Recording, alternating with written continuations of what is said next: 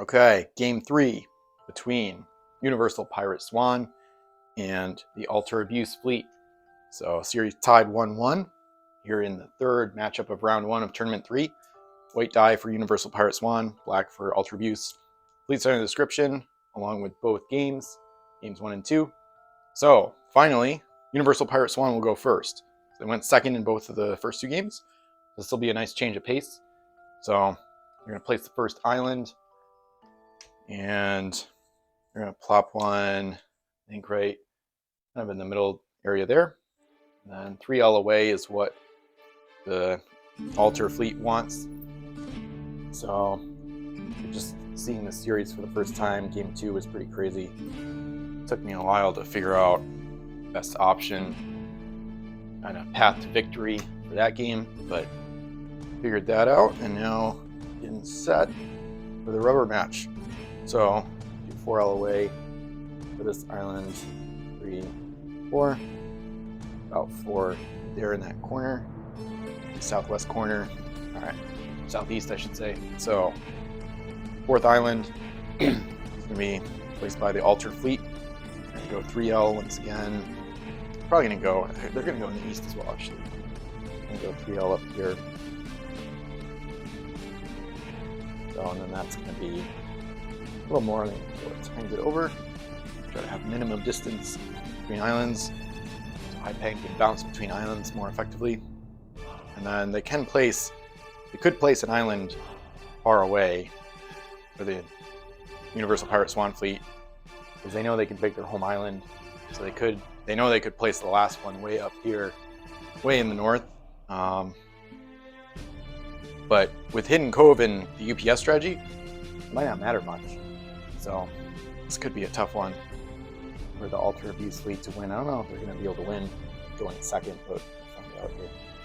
So 4L away, something like that, a little more. And then last island will be placed by Altar Abuse. And I think they are going to go 6L, depending on where I can see on the camera. Yeah, that's not bad. So just want it to be in view of the shot. So 1, 2, 3, 4, 5, 6, a little less maybe, but and then I guess it's kind of close to that one actually, so I'm gonna move it over, something like that.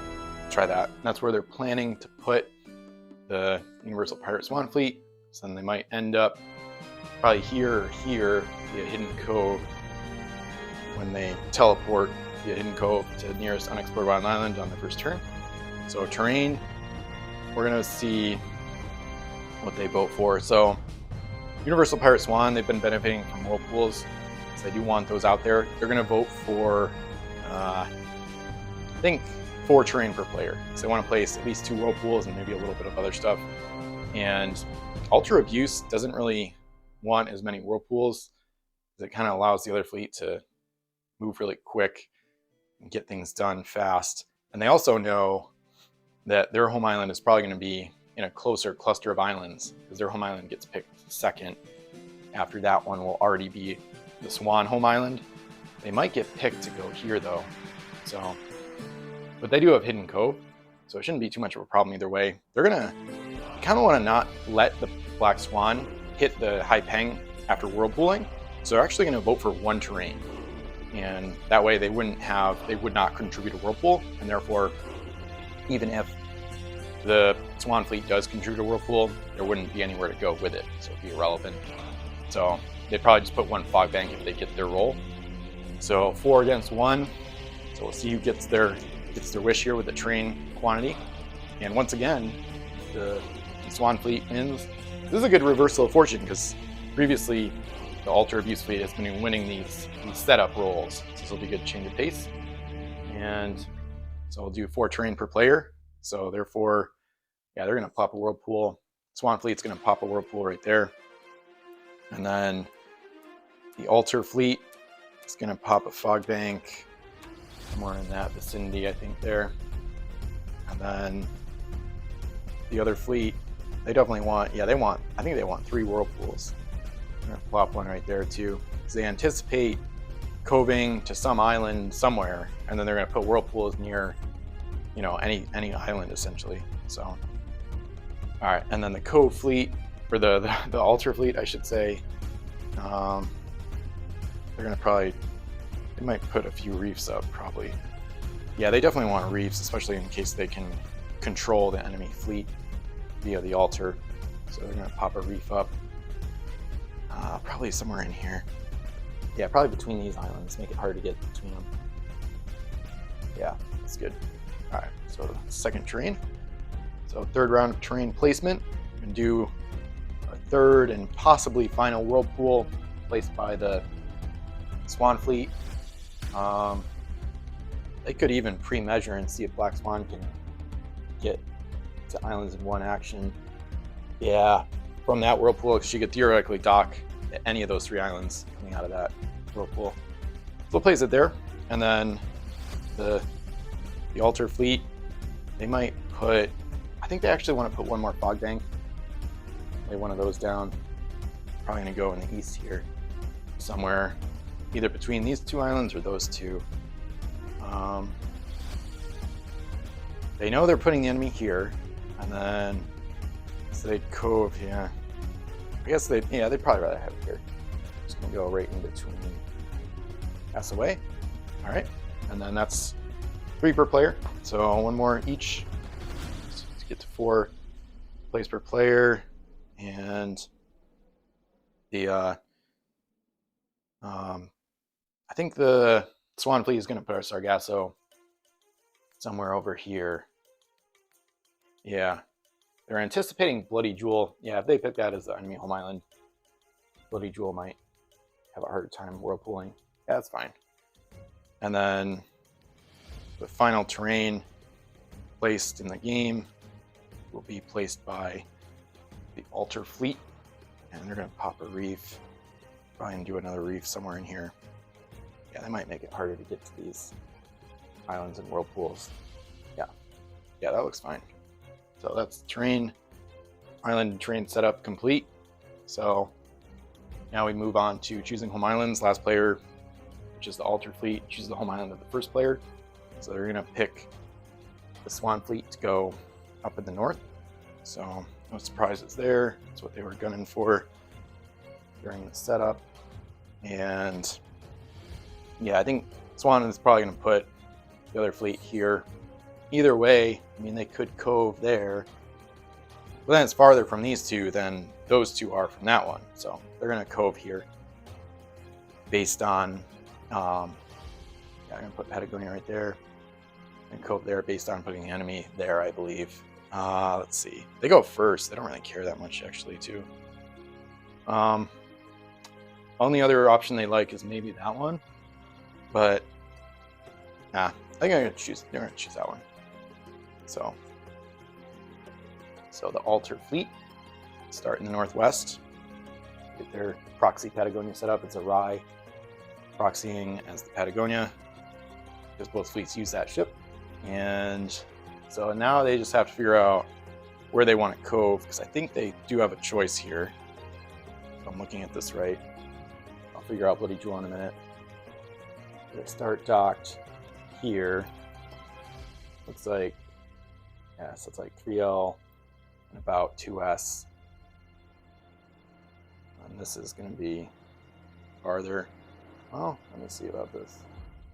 This one, yeah, it's almost exactly 3L and 2S. But I think either way, they might be closer. I guess if they start over here, they might be closer to the southwest island. That's a little bit more. That's like 3L and 2.5S. This one's like 3 though. So, okay. So we'll probably end up coving there. That's fine. They might kind of want to, so. Yeah, because then it'd be easier to cut off this island, go cove there, explore, and then bounce over here for their second move and explore. So in that case, Bloody Jewel is going to go there. Peng is going to start right there. And that we get to placing crew. So same face-up crew, Bradley and Robinson face up in both fleets on Patagonia, Aura on the core. And they go first, so Bradley's +5 choices. Both fleets are going to do the same thing with the +5s as last game. So the Swan fleet, Aristide, and 2 pirate oarsmen. Aristide on core, and then 1 pirate oarsman on core, 1 on the home island. And then, let's see, so, and then the other fleet got Hidden Cove, face down, and then they're going to have the 3 1-point crew on the Bloody Jewel. So, also an Explorer, Oarsman, insert crew setup. So that's all set up. And then with that, we get to placing treasure. And with both fleets having won a game, both fleets had a game kind of go their way. So they're going to keep their treasure distributions the same, kind of like what they've seen so far. So we're going to see who wins in this rubber match of tournament number 3. All right, game 3 between Universal Pirate Swan. All right, so they're on the right. I think I'll have them be the right timer, and then left will be the altar fleet. So they're going to start off, play Hidden Cove. They already pretty much know what they're going to do. Flip Captain Jack Sparrow. They're going to free transfer that face down oarsman to the home island, and then Black Swan is going to get that leapfrog via the Hidden Cove. She's going to come out here, redock, explore this island, and we're going to see how this thing kicks off. So, all right, Pirate Globe. We're going to see everything. 5 and Abandoned Oarsman, Abandoned Explorer. So, pretty nice mix. They're going to trade home 5. So first, we apply Pirate Globe. So it flips all treasure on islands face up. So in the southeast, we've got Karmic Idol, Maps of Alexandria, a 5, and Pirata Codex. So both eliminators are in the southeast. So that's interesting. Interesting. That could be bad for altar abuse because they can only trade away 1 away from the other fleet. Okay, so the altar is in the southwest. Okay, because it's not on this island. So, and then the center is 6, 4, Abandoned Helmsman in Markson's map. So, pretty solid island there. And then, yes, 3 out of the 4 Revealer or Eliminators are in the southeast. And then we've got 5, 5, Jailhouse Dog, and Altar of the Loa in the southwest. So, pretty interesting coin distribution. The altar location favors the altar fleet, but now they're already flipped. So as soon as one of these is triggered, the idol or the codex, it's going to get knocked out unless they can get there first, which they might be able to. Yeah, because Black Swan can't get to this island with your next action. So, all right, so Pirate Globe goes out of the game. Just going to trade home 5. I think we're going to leave the other 2 crew. Actually, they're going to load. They're going to trade home. They're going to trade home a 5, and then the oarsman comes out to the island via the core. They're going to leave both crew. Black Swan is going to. Yeah, they're going to leave both abandoned crew there, not load either one. Black Swan is going to load the traded oarsman face down, core. It's going to dock at home, flip Aristide, get +2 to the coin. So they have 7 gold, just like in last game. And then she's going to load via the free transfer rule, loads the face down Pirate Oarsman from the home island.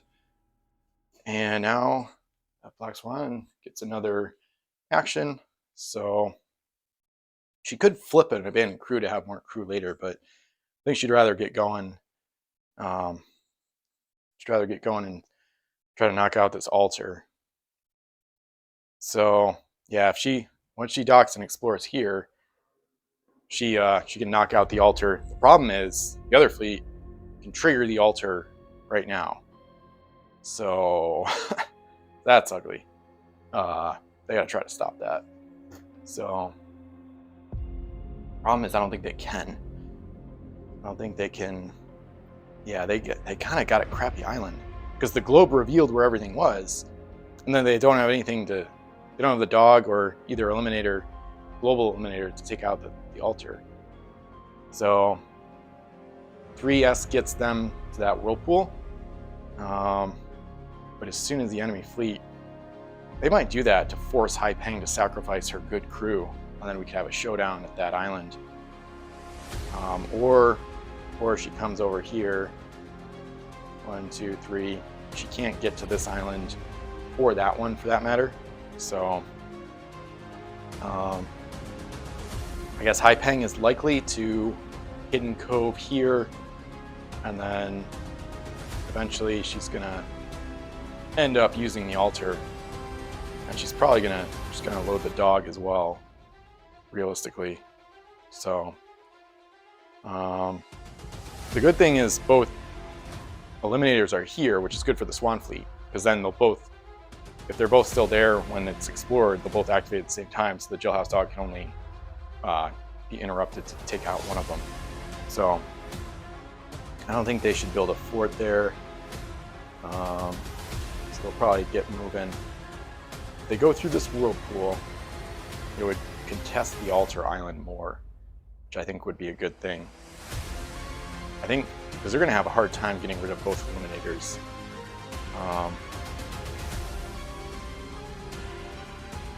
Think about this. They go.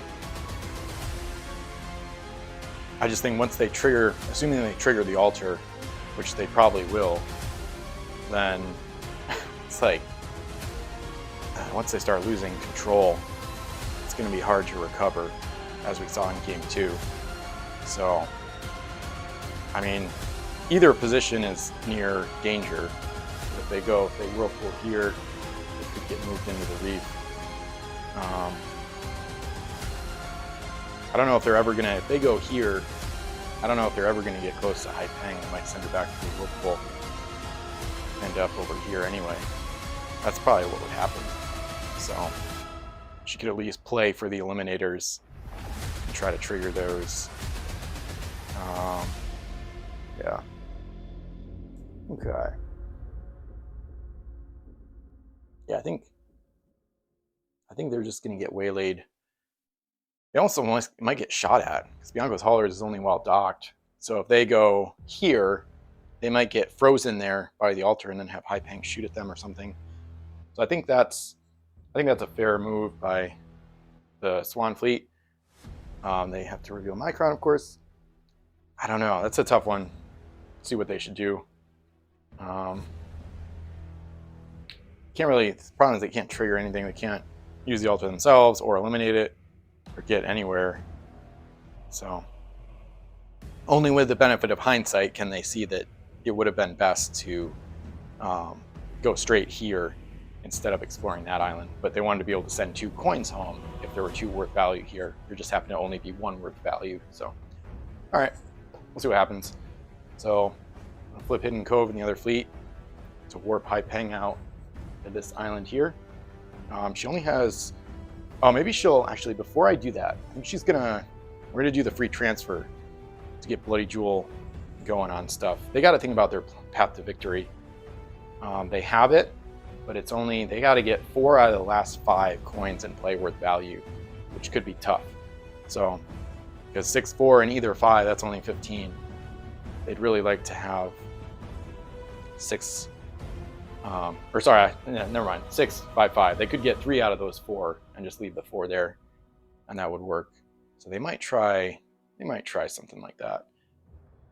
They might be able to Hidden Cove here, pick up the 6, and then they'd probably load an Oarsman from Bloody Jewel first for the free transfer, and then they could get the Marksman's Map too, which is a good little tiny insurance policy against whirlpools.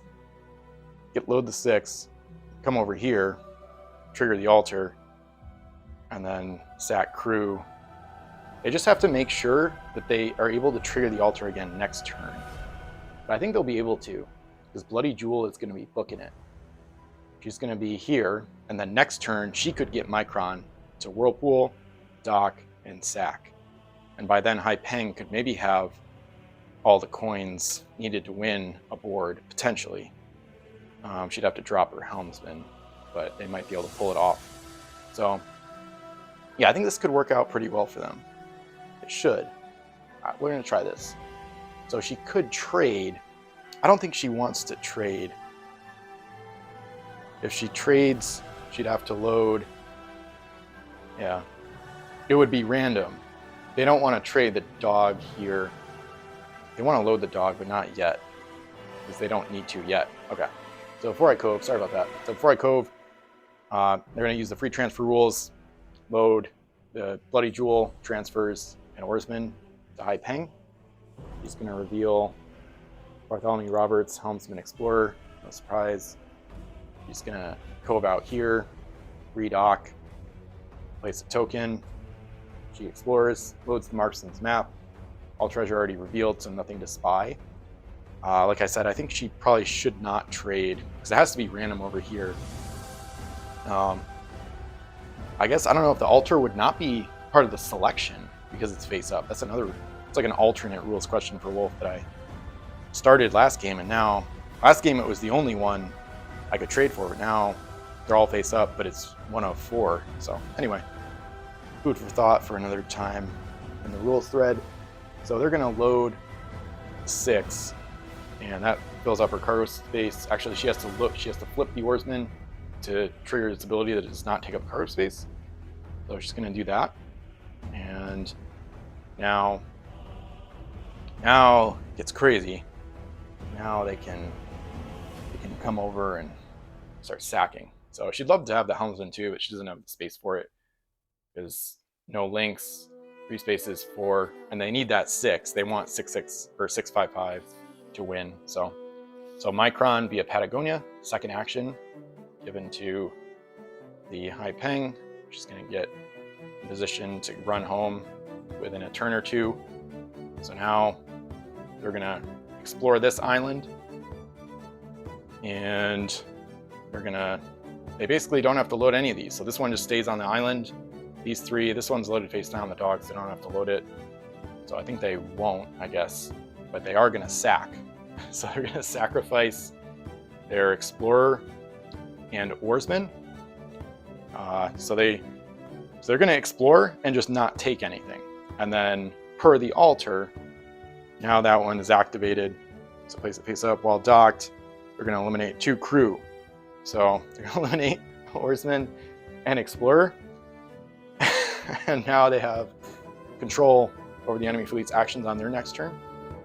But first we're going to have Bloody Jewel. I think the Whirlpool is probably the faster route. So 1 action, next turn, 2, 3, versus, actually, maybe not. Actually, never mind. Actually, it looks like she only needs 2 anyway. So she's just going to head straight for the island. I guess it's actually a little faster than Whirlpooling.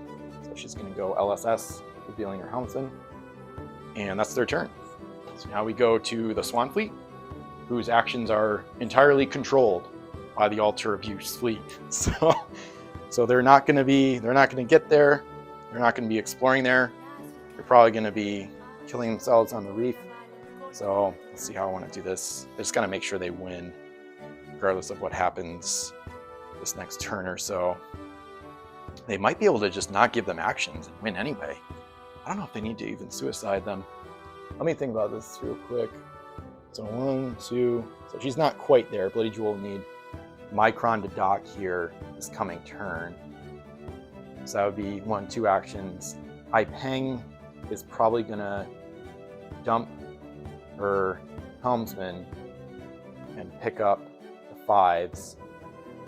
So she's gonna explore again. But she would have had to, because you can't unload the... Anyway, I'm not going to get into the rules, but... So she would load the 5s, and then that would be their turn. Bloody Jewel, after her second action, would be docked, eliminates 2 crew. And then the other turn, whatever, they do whatever to the other fleet. And then on the next turn, High Peng's helmsman that she dropped combines with Bloody Jewel's helmsman to sack again for a 3rd consecutive turn of control. And then Micron is free to give High Peng LSL do actions. Yeah, they're not. They're going to decide not to give actions to the enemy fleet. I think they're just going to. Maybe they will real quick, just in terms of a contingency. I don't think Micron can really do anything to help them. But yeah, they're going to dump Micron, move that way, but they're not going to bother. They already know they have their path to victory. So they just control it. This is a perfect example of where if you get the right treasure distribution, if you get just somewhat lucky, Alter Abuse can just completely dominate the entire game, and your opponent barely gets to play the game at all. So they're going to choose to not give actions to Black Swan and Core, so they just sit there. Now we're going to execute what I talked about. So Hai Peng explores, dumps the Helmsman, loads the 5s. Our cargo hold is full once again. They don't even need the Jailhouse Dog, I guess. So, and now Micron gives his second action to get Bloody Jewel to the island, and she is going to immediately sacrifice her Explorer and Oarsman, face down, sacrifice to the altar. And then as a free action, she's going to load the extra Helmsman that Hai Peng doesn't need anymore. Now it flips to the other fleet. Clock doesn't matter. It flips to the other fleet. They're given no actions at all. and now the Alter Abuse fleet is up next. So now we're going to win. Hai Peng, first action, LSL, no Helmsman, so a little bit slower. Micron for the second action, LSL, and now they dock home, and they have 16 gold, and they win by the same score as last game, 16-7. So, dominant victory by Alter Abuse, and I'm actually surprised. I thought them going second would doom them, especially based on the first game of the series, but this is crazy. So, I mean, they got lucky with the distribution, obviously, but yeah, that's what happens when if they get lucky. It's over. Even against the UPS fleet, this is a pretty competitive UPS fleet, but based on these results, Universal Pirate Swan will be knocked out of tournament number 3. It's as of this recording, playing all 3 games on the same day, so it's slightly dependent on how game 2 is looked at, and like if Wolf rules against anything I did in game 2 that I ask about. But I think either way they win. So they win the series. Alter Abuse wins this series 2-1. There is a slight chance I'm going to play another game, but I think that's kind of up for debate, because I think this makes it even more clear that the distribution is going to basically result in who wins. So, like for example, like I said, with the benefit of hindsight, you could say, oh, Black Swan should have gone both actions to dock here, and then you do maps first, and then the idol, the altar's gone, making it really hard for the other fleet. And then they can trade home this 5, and then maybe that 6 at some point, or they get into a battle with the Hai Peng and sink her, things like that. But I think it just comes down to the distribution, because those islands could have just been swapped. I like closed my eyes when I was selecting the coins and everything, so it's just totally. I think it would mostly come down to the distribution between these two fleets. And just in game 2, we saw, it's me a link in the description to that one if you haven't seen it, but kind of saw how Alter Abuse, even if they're behind, if they're able to trigger the altar, it's really hard for the other fleet to come back from that, because it's such an overpowered UT that it completely destroys the game or destabilizes it. And so this is pretty wild. I don't know. I kind of didn't expect this. I thought Universal Pirate Swan would be the better fleet. I thought the Alter Abuse fleet was too luck dependent, and arguably they still are. But if they're able to win both a game where they go first and a game where they go second, and in this game they didn't have the train set up, they didn't want whirlpools. Of course, the other fleet didn't have a chance to use them, but still, even without getting those setup die rolls to go their way, Alter Abuse still comes out with a quick victory here. And yeah, same score. It's kind of like similar to game 2, just way faster, way expedited. Whereas game 2, it looked like it was really hard to like find the altar, and then they had to trigger it with like a dismasted Hai Peng. It was hard to I had to think through like 3 or 4 like very detailed options of strategy, how they would have their path to victory. Here, it was super simple. As soon as Black Swan used her first action to go there, and it revealed everything. then at that point, she couldn't get anywhere with the second action in order to stop what happens in the southwest. And then from there, it's pretty easy for altar abuse to control the outcome and get their 16 they need. So yeah, pretty fascinating. But so as of now, altar abuse wins the series 2-1. They'll advance to the round 2, which is essentially the semifinals. And thanks for watching. Feel free to like, comment, subscribe. Feel free to let me know what you thought of the game and the series and these fleets. I would love to know your thoughts. And beyond that, you can check out the affiliate links in the description below if you'd buy from eBay. It'll help out my website, Pirates of Ben, as well as this channel. So thanks again for checking out my stuff. Thanks for watching, and I'll see you for more tournament number 3.